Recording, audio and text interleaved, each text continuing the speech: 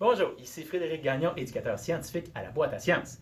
Donc, pour faire une suite à notre activité précédente sur la tour des liquides, j'ai décidé de pousser notre concept de densité à celui des sables mouvants. Donc, pour faire cette simulation, j'ai un bac qui contient du gravier qui peut être utile pour les aquariums de poissons. Sous ce bac, j'ai un petit moteur ici rotatif qui est attaché avec un goujon qui est placé désaxé par rapport à l'axe de rotation, ce qui fait que lorsque celui-ci tournera à très haute vitesse, la rotation inégale va créer une vibration dans l'ensemble de la structure et transformer mon gravier en sable mouvant. Donc, pour poursuivre notre simulation, voici deux cubes. Le premier qui est fait surtout de cuivre et le deuxième d'aluminium.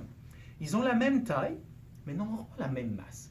Pour vous le prouver, nous allons prendre la balance qui est ici et vérifier leur masse. Celui de cuivre, beaucoup plus lourd, a une masse de 277 grammes. Alors que l'autre, fait d'aluminium, a une masse de 87 grammes. Donc, clairement, celui d'aluminium est beaucoup moins dense que celui de cuivre. Alors maintenant, pour cette simulation, on démarre le moteur. Maintenant, remarquez que toute la structure vibre, ce qui fait qu'à l'intérieur, le gravier se met à bouger. Donc, si je viens placer mes deux cubes de cette façon dessus, remarquez que aussi il bouge, puisque la vibration va dépasser l'énergie occasionnée par le frottement, ce qui crée donc une mouvance entre les différentes particules de grains, comme le ferait un fluide comme de l'eau. Donc, on remarque déjà que mon bloc de cuivre semble s'enfoncer beaucoup plus rapidement que celui d'aluminium, puisque sa densité est plus élevée.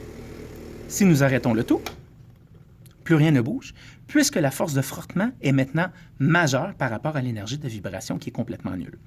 Mais c'est beaucoup plus amusant de le laisser fonctionner, alors repartons la machine. Donc, remarquez ici que lorsque nous bougeons, le grain a tendance à se déplacer et à bouger de cette façon. Vraiment amusant. Maintenant, nous perdons complètement notre cube de cuivre. Il a tendance à s'enfoncer en totalité, alors que celui d'aluminium est encore sur le dessus. Mais oh! Qu'est-ce que nous voyons ici? Une structure blanche? Ma foi, c'est une balle de ping-pong. Qui aurait cru qu'une balle de ping-pong peut flotter sur un bac de sable mouvant? Merci beaucoup et bonne fin de journée!